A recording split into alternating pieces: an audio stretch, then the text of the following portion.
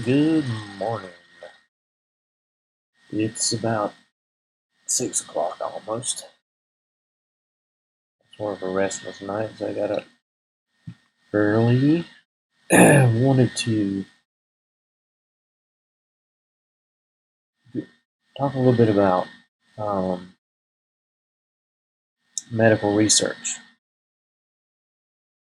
One of the most important things, probably in um, getting your rating for the disability that you're trying to get, is medical evidence. Um, just read a note of someone who was trying to get benefits for a condition, and basically the only evidence that, from what I can understand, is that they had a letter from a doctor saying that it was more likely than not that the condition they were trying to get was related to their military service and or to their service connected disability. And the service connected disability didn't really relate to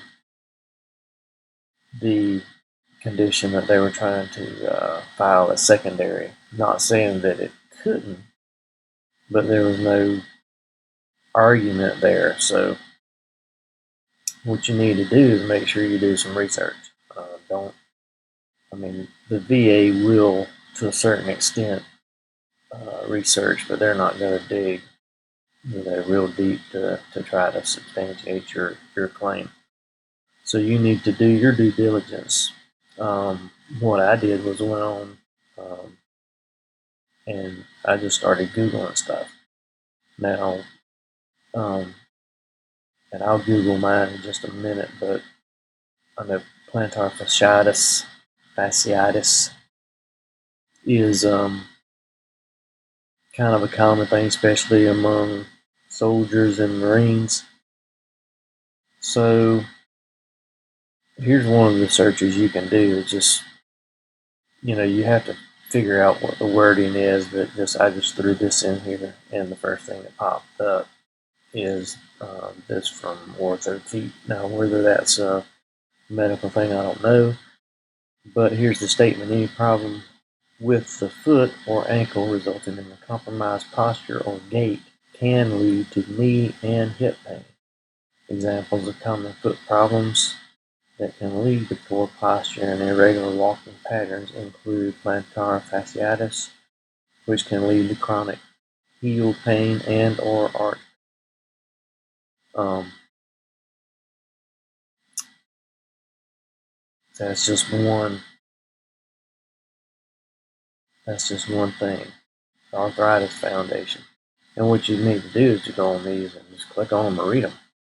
Um, if you're having this is what you need to do if you have one condition and you're trying to link other conditions to it. So if you're having foot pain and you're also having ankle pain, knee pain, then you can link those as secondary. If you've got a service connection for plantar fasciitis or any other foot problem, then more than likely you can link these others to that condition, but you got to be able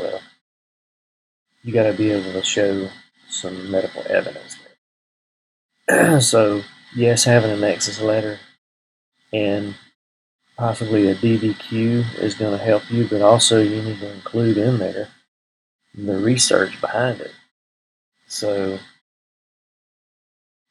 if there's medical research out there, then gather up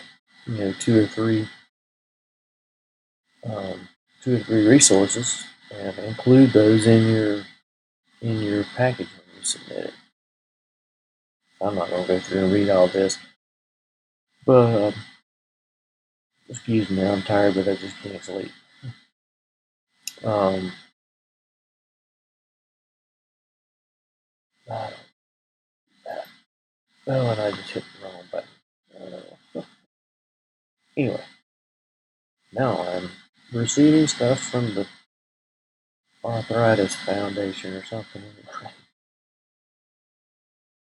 So just to think outside the box. I know a lot of times you're thinking about your primary condition or whatever, and what you need to start looking at. Sometimes we put so much focus on that, and you're not seeing the whole picture. So, just for instance, with the feet, there's other conditions there that are rateable that you need to look at. Are your feet problems, do they start in one foot, and now, you're feeling it on the other side as well? Are you having knee pain? Are you having ankle pain? Are you having hip pain? Is it causing back problems because you're having hip problems? I mean, it's just not simply you can go for that foot rating and think that's it, and you may have several other things going on there that you haven't really noticed. So that's why it's important to, number one, to research, do medical research, and also to utilize the 38 CFR, and go in there and look at whatever your disability is, because it'll spell out some of the symptoms that are related to that, some things that you might be missing. So that's one of them. Oh, this is a good website as well. If you include, this is a government site, so if you include government recognized research, of course that's going to hold a lot of weight. What I found with this, though, is you got to be a little more specific about what your keywords, what you're looking for. So that's why I go on Google and do the generalized searches, and then from there get some more specific phrases that I can use on the PubMed.gov site.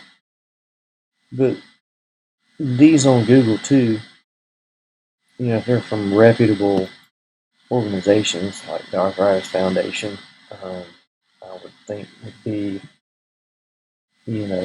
pretty much recognized by government entities. But like I said, just there's several different things, like I said, that you can find, and that's usually true with any condition that you're trying to file for. Go on there and do the research, because there could be other things that you can link as secondary to your primary condition, or conditions, I should say. So what if you're getting, say, 20%, but you haven't done any research to see if there's any other thing going on, but you got other things going on that are linked to your service-connected disability, then you can file for those as secondary. And if you put together a good package, then there's a good chance that you could get an increase in your rating, or an additional rating. I have opted to utilize a company to help. You can do all this on your own for free, but it helps to have people that know what's going on and know their way around the system. And I have chosen VA Claims Insider.com.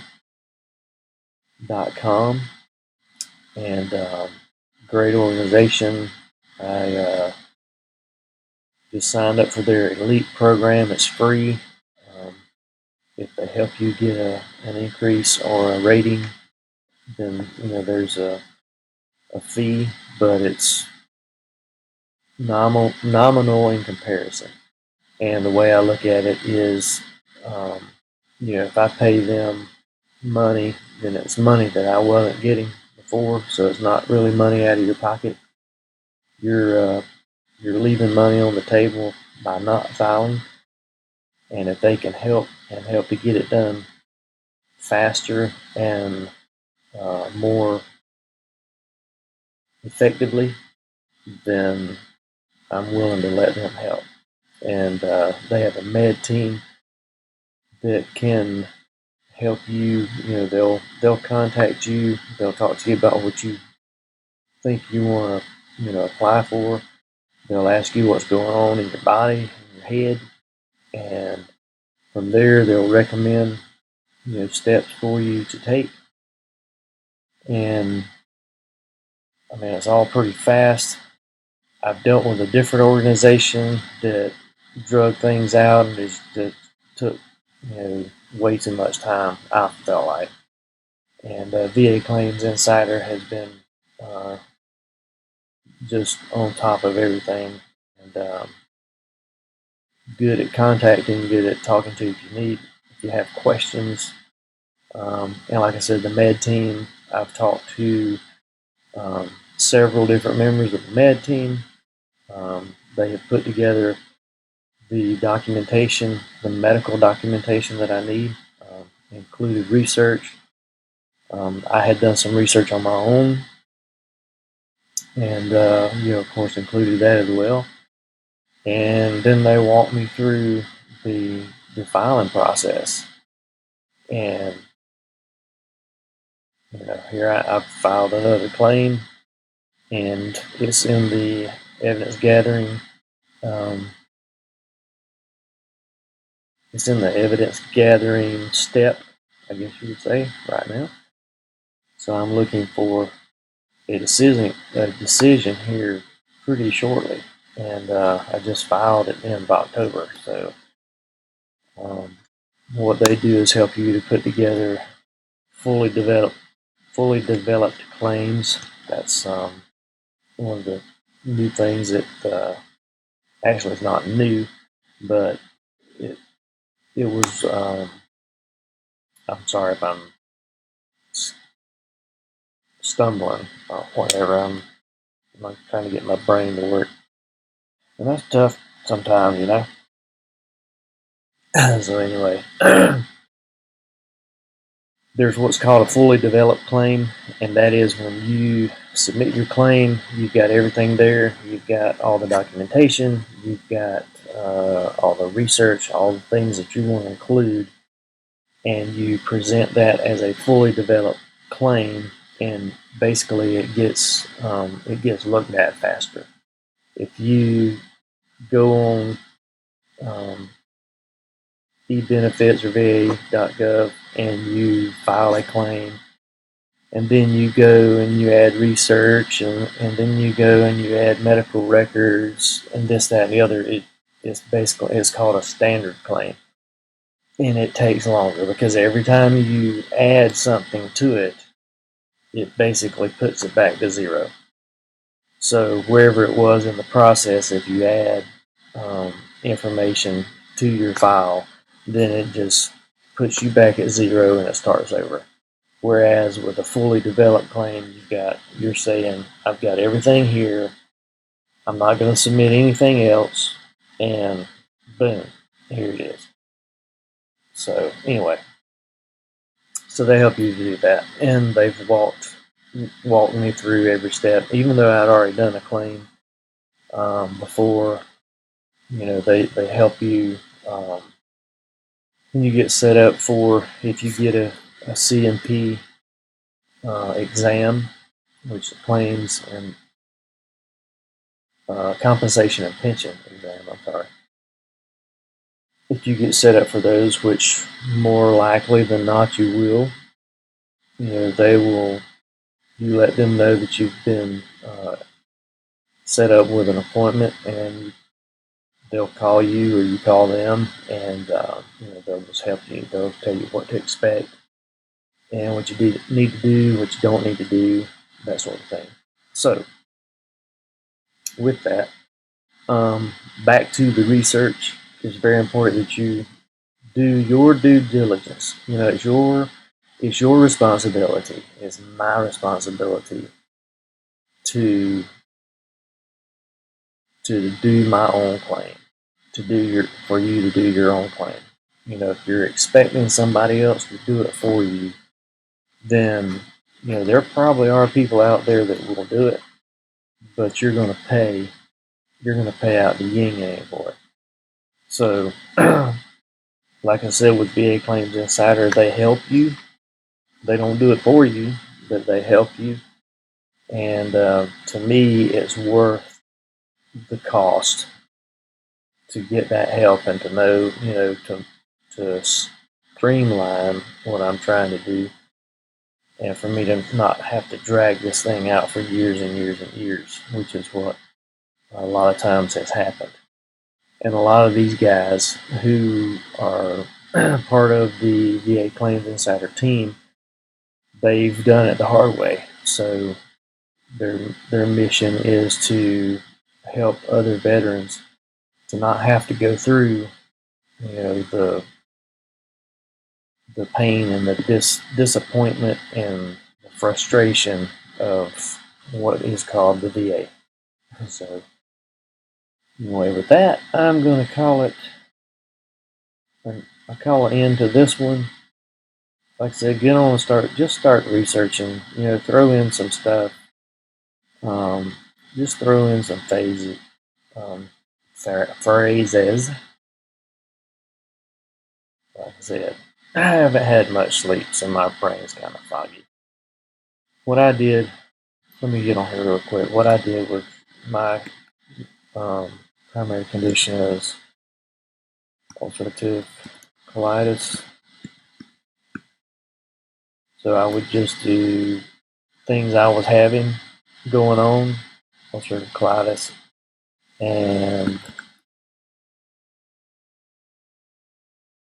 blood pressure. Boom. So there you go.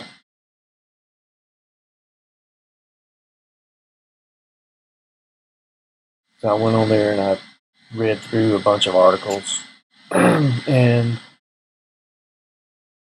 found ones that were, I felt like, supportive,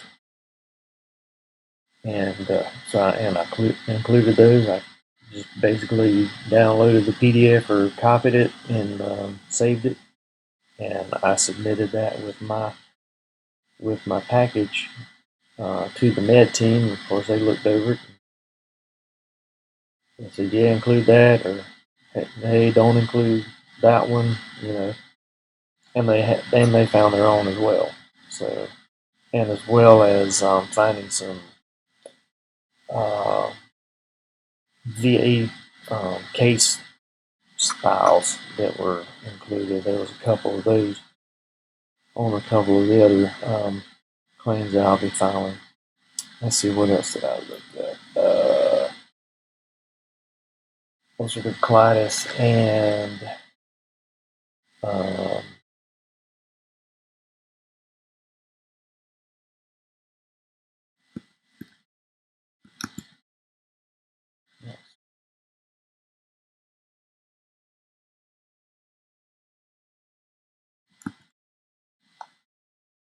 neck pain.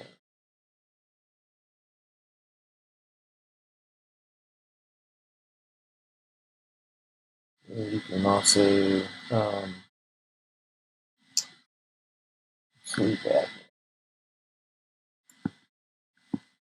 Man, just throw stuff in here and just see what happens.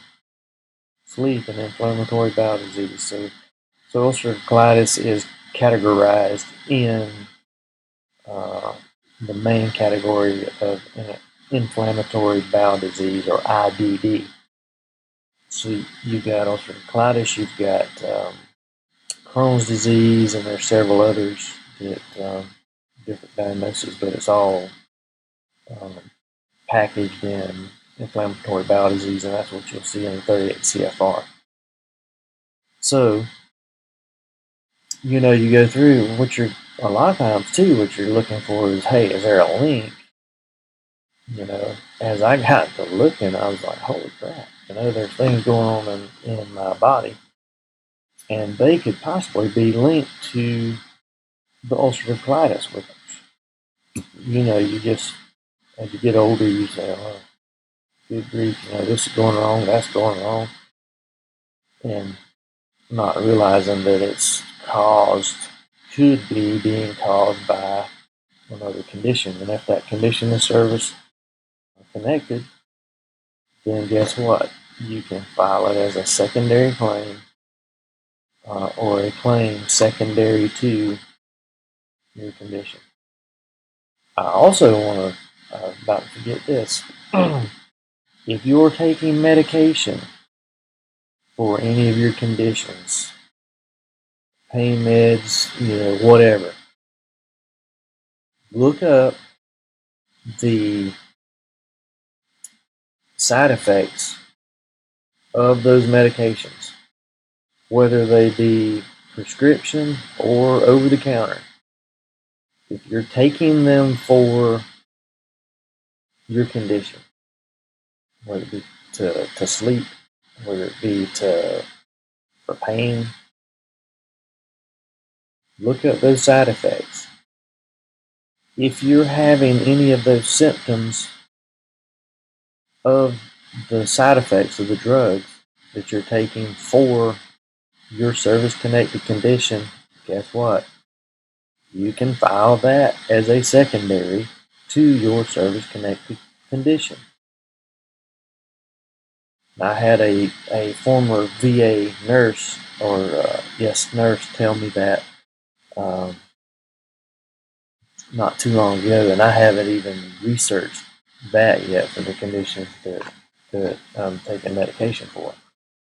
But that's another thing, if you might be sitting there and you're getting 10%, and you could be getting 50, 60, 70%, because there's other conditions that you're dealing with, and you didn't even know that they were related. So, anyway, that's, I'm going to let that be all for now. Hope you have a great day, Tuesday. Have a good one. Hey, keep on keeping on. Don't give up. Sometimes it's frustrating dealing with the government and dealing with the VA, but keep it up. You'll win in the end. All right. God bless. Have a good one.